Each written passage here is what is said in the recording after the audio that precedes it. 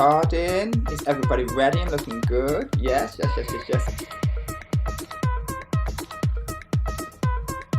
So hey, how are you doing?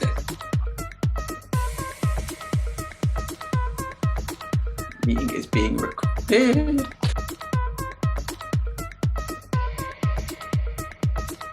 Yeah, it's recorded. Cool. You ready to go? Yeah, let's go for it. So we're here to chat about the house, to chat about how we came to be, to chat about, how we got involved, how's it transformed our whole life, all them things. Yeah, I'm just saying, how should we structure this? I've got the questions in front of me, shall I just try and work them in? I feel like we're at that awkward stage where we're like, how do we start the conversation? So our first question is just how we got involved in the house, really. I don't know, who wants to take that? It's good to frame this bit in terms of like how we first entered the house, and this was my first ever house outfit. Oh, okay. So, In what were you doing? That was me and you and Sorry, Soraya. Red Bull one. Oh, in Leeds. Yeah.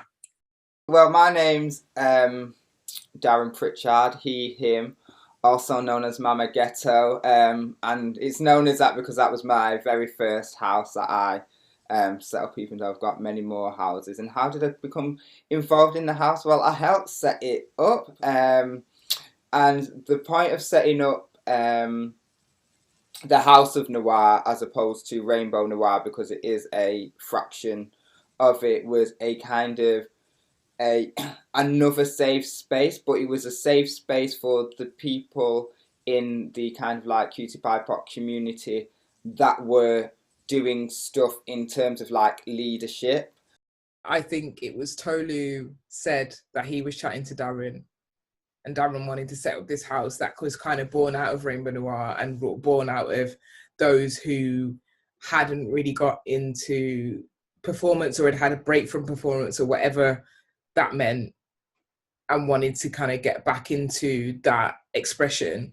So I remember like the first thing thinking, when they started talking about it, I remember being like, that is not for me. So I was just really scared that I was going to go through this really pressurized process to be like this pristine performer.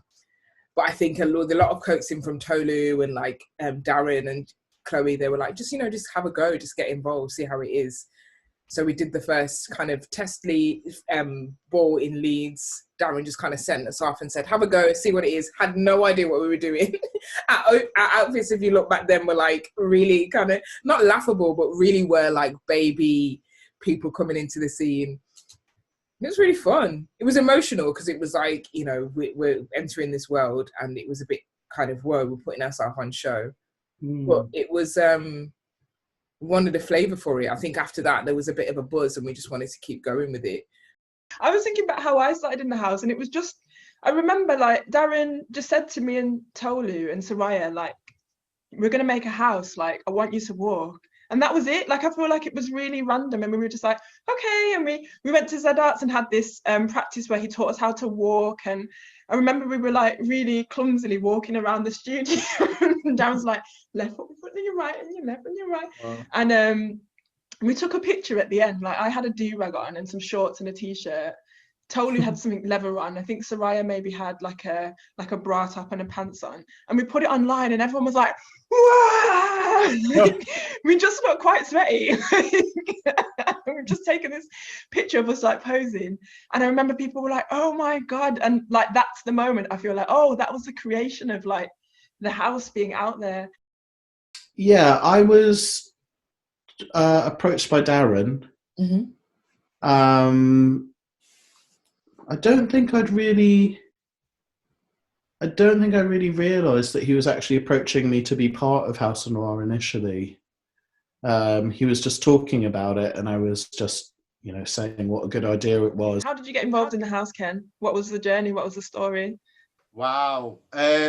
Well, I first heard about the house through a friend of mine that actually attends a social group, Rainbow Noir. And he mentioned that a house was being formed, and he had an eye on some of my arts and crafts, some of the bits and pieces that I'd done with sewing machines. So he basically asked if I'd like, or if I was interested in being the actual designer for the house and creating the outfits. You got scouted, Ken. Yes, I was scouted for it. Because I was thinking about it the other day, actually, in terms of you made like loads of fist flags and like fist emblems for Rainbow Noir. I feel like that was the beginning of us getting to know that you're a maker. But like before then, you just suddenly popped up with all these flags and all the fists, and I was like, okay, Ken's a maker. Like, I think it was just out of nowhere, really. It was a really interesting like journey into seeing this creative side of you. I like to believe that I sort of whittled my way into the house because I saw her at Rainbow Noir one night. They were putting me some outfits out, talking about a ball. I said, what are you doing?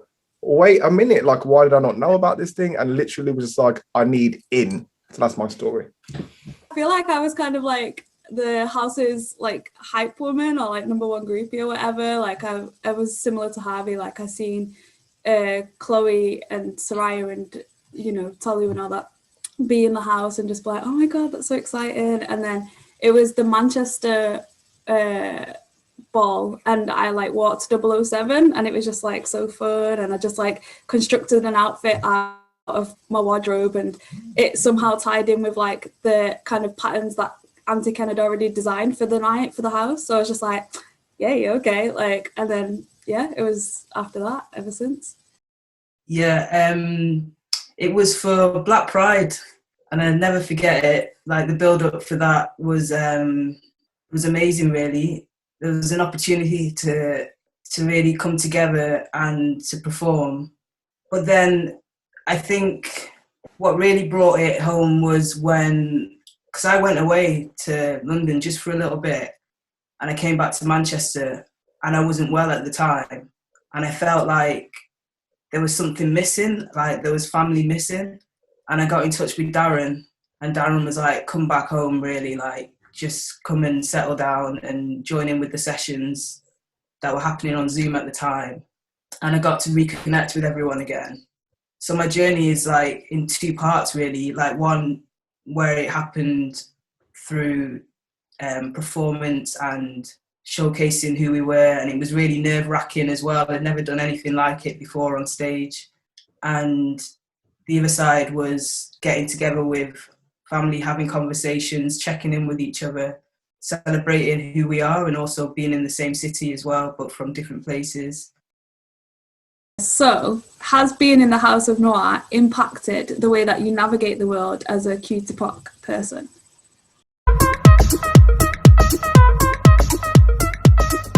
That's one of the things about the balls that for me, it's just like, this is somewhere you can be anyone you want, you can put anything on your body, and you walk down and people are like, what? Like you just get so much love and excitement. And I don't think, like, I just don't know any other space that I've ever experienced where there's that much like love and you know, just gassing people up. Do you know what I mean? Gasment, yes. Gasment. Yes. Do you know what I mean?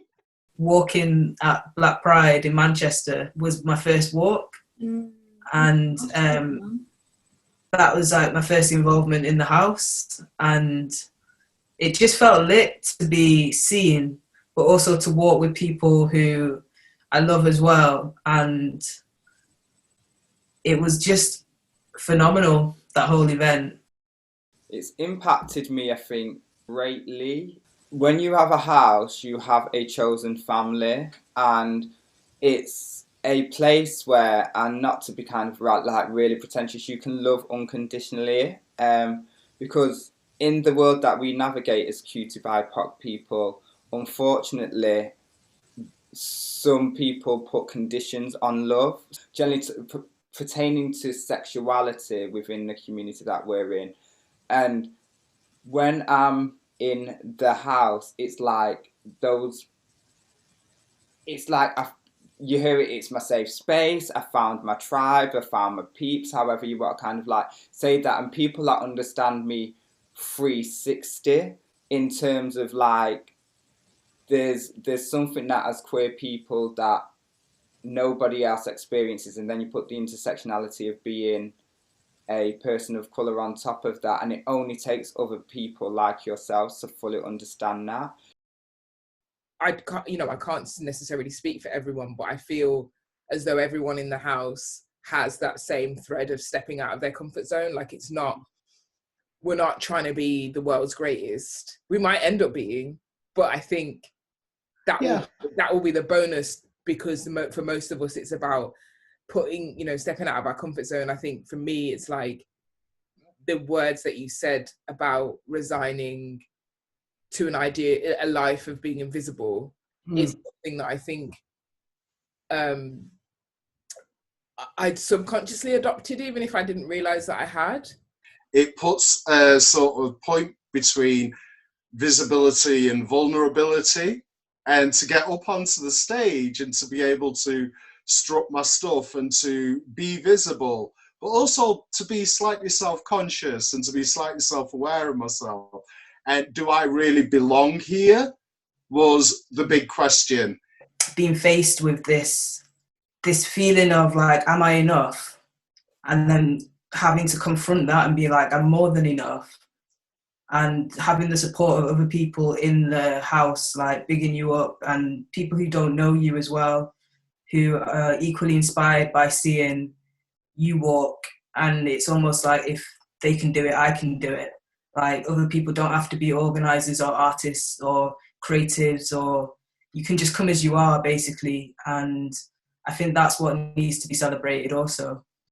To kind of have that experimentation and have your communities out there like absolutely screaming for you just feels so good. It's like, oh, okay, maybe I can wear this tight skirt outside the ball. Like, like, it really kind of, for me anyway, I feel like, oh, like this has shown me that these things can happen outside of this space as well, because people genuinely are cheering this on. Like, this doesn't feel fake, or I don't feel judged in the space.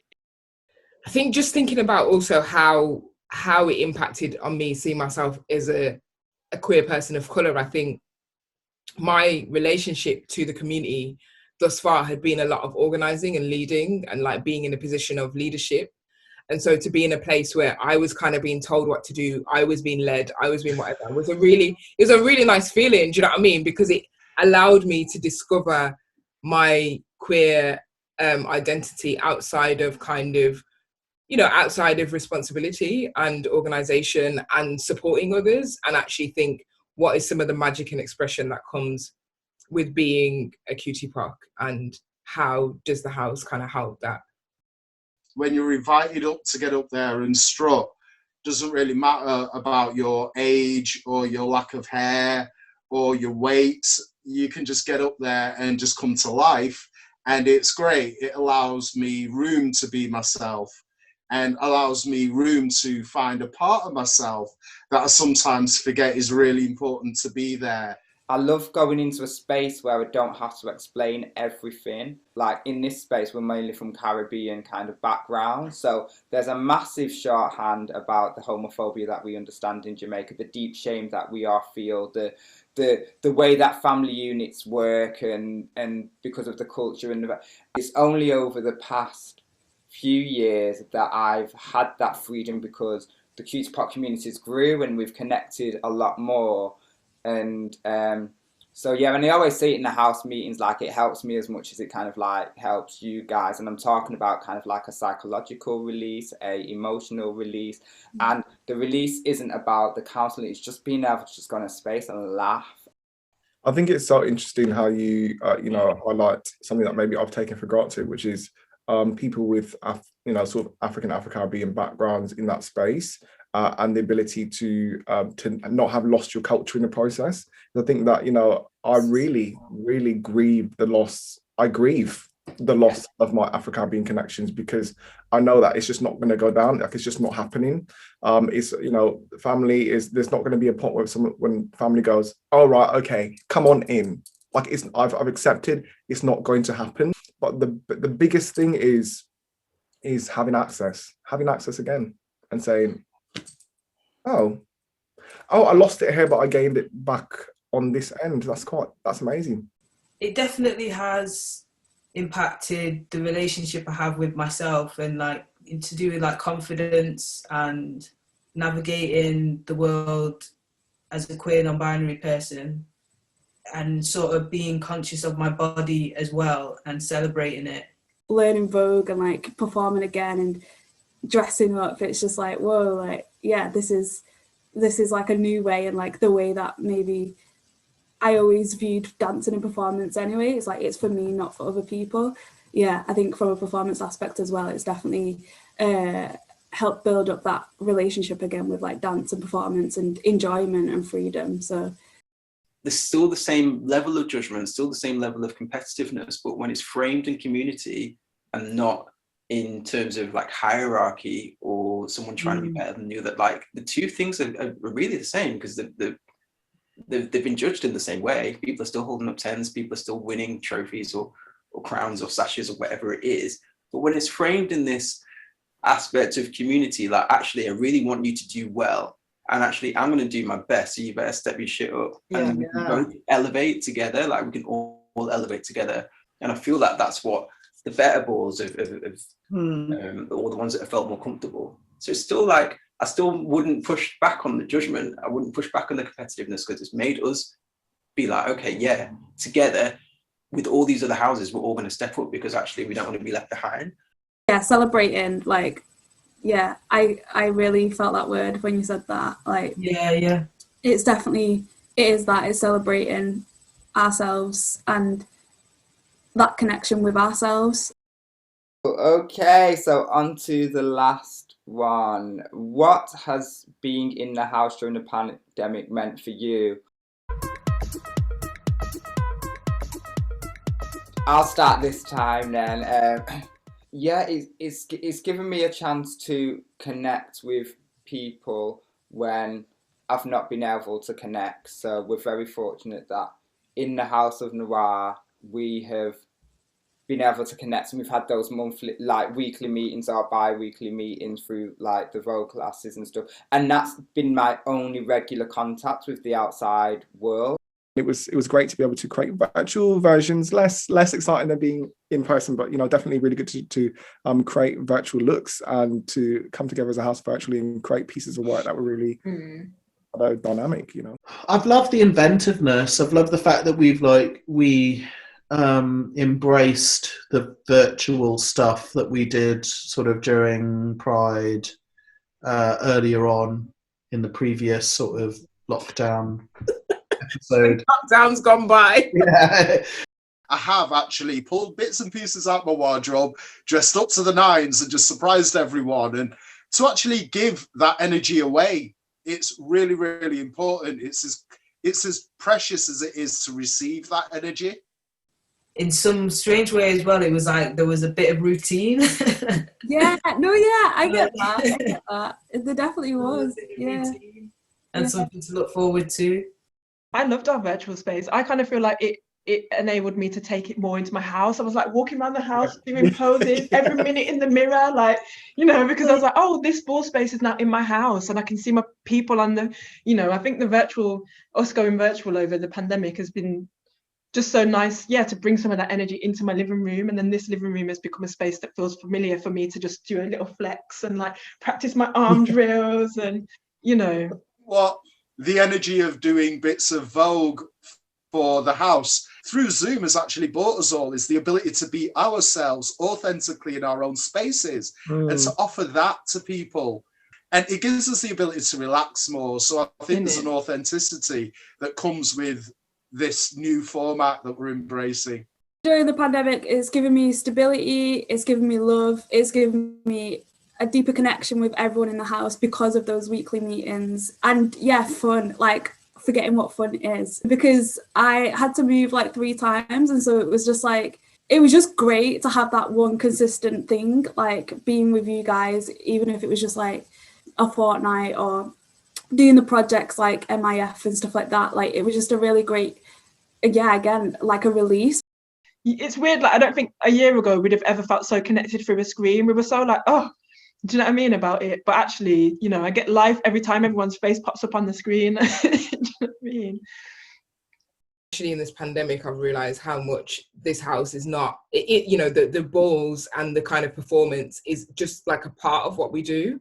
And like you said, Ken, actually the support and the network and the sharing with each other is like a massive part of the house, of the kind of family energy of it. That feeling of, like you said, Leo, like someone going away and coming back and feeling like it does represent that home. So it feels like I've definitely missed the balls and definitely missed rehearsals and those kind of spaces together. But I also feel like the richness of our connection between each other has still prevailed. It's really hit deep for me. It's like watching other members slip away because of this lack of productivity in their own heads, and then being slowly drifting back with this encouragement from the other members. You know, it's like this sort of, I haven't been around, I haven't been able to do stuff, I've been really quiet.